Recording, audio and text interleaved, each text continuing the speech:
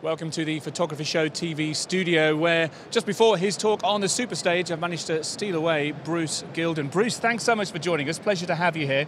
What are you going to be talking about in your Superstage session later on today? Myself.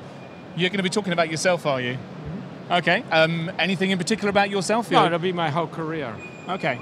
Now, you've been doing street photography, very candid, up-close street photography for, what, 50 years or something?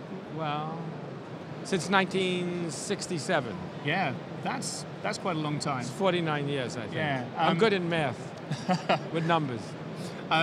You've got an exhibition in London at Well, the moment. part of an exhibition, Strange and Familiar. Yeah. International Photographers View the UK, something like that. It's a long title. Okay. I can't remember it all. And how long has that been in the planning and execution? Because that's just opened, isn't it? It just opened, and I think they contacted me about a year ago, and then they formalized everything, and we had the prints made in New York, and then it just opened last Wednesday, I think. Which aspects of your work is that showcasing? That's the new work, Defaces. Okay. Now these are faces taken from all over the world, and I've seen in No, the but at the press. Barbican, it's only in the Midlands and in Essex. Okay. Because I was commissioned by Timothy Pruss, Archive of Modern Conflict, to do a series on London, and also by Emma Chakudi. She's my good friend. I can't even remember her last name now. She lives in Birmingham, and she commissioned me to do the Midlands. Okay. You've taken pictures of people all over the world. We're looking here, this lady here from Las Vegas. What did you find from the people you were taking photos of in the UK? Any different stories, or do you find there's kind of universality, no matter where they're from, there's the same sort of pains and stuff in there? There are differences, obviously, but a lot of the people I photograph are not only left behind, but they're invisible to the others. People don't look at them closely and carefully. So I look at them. I like people that are not the ordinary person, visually. And what do they say to you? It's not what I say to them. It's what I say. It's not what they say to me. It's what I say to them.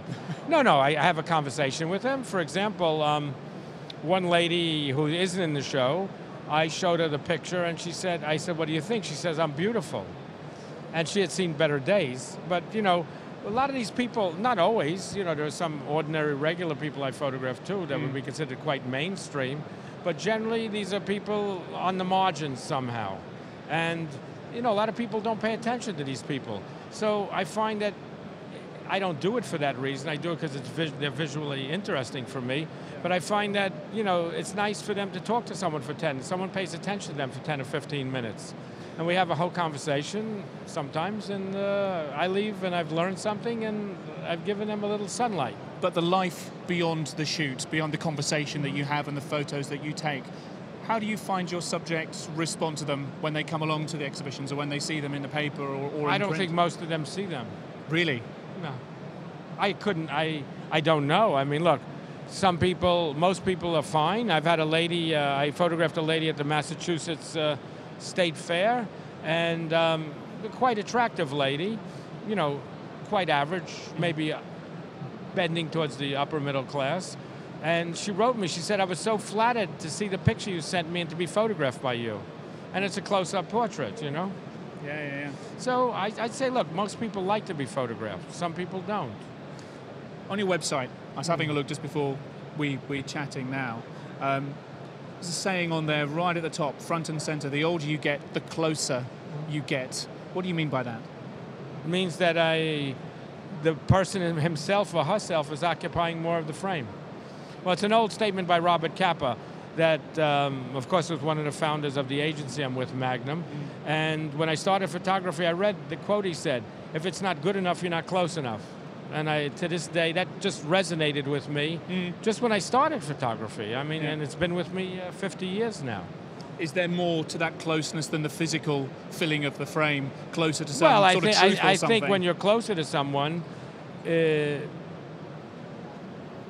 it brings out more of the emotion in the photograph, okay? It's more dynamic, there's more energy. The viewer himself it's not like a stage set where you're viewing it from the outside the viewer. You're like almost a part of the photograph. Yeah. And now with the new pictures, they're meant to be seen very large, and the quality is unbelievable, and the faces are unbelievable. Yeah. So now the whole face is occupied by 99% of the frame. I don't know where I'll go from here, but I just got back from Hawaii, Oh, and yeah. I was in Miami, continuing this project. And also, like with Multi-Story, I also did still lives, and I did newspaper headlines.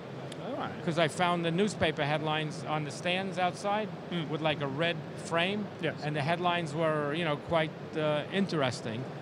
Do you ever take a step back and go completely opposite, go for a landscape or anything like that? Do you ever I've done experiment that. Well, yeah, of course. If you know my work, I've done a whole book on foreclosures. Okay. Houses that have been foreclosed. I also did a whole series of after the earthquake in the makeshift places, which were like art pieces that people lived in Haiti. Yeah. So yes, I do that. Good stuff. And I might do it again. You can't do the same. That's why I switched from black and white to color. Yeah. Because I've done black and white for 47 years, and I just said, okay, I'm at a block now. I'm at a dead end. But having said that, I did a whole thing for the French transportation system that was up on last summer. That was up on the metro walls. Huge prints that they sent me to 5 cities around the world. Yeah. I could just do what I want candid. It was great.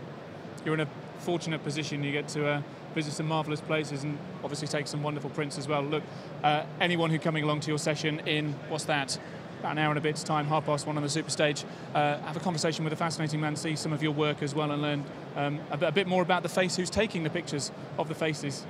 Bruce, thank you very much for joining us here. Thank you for having me. Have a great session. Thank you.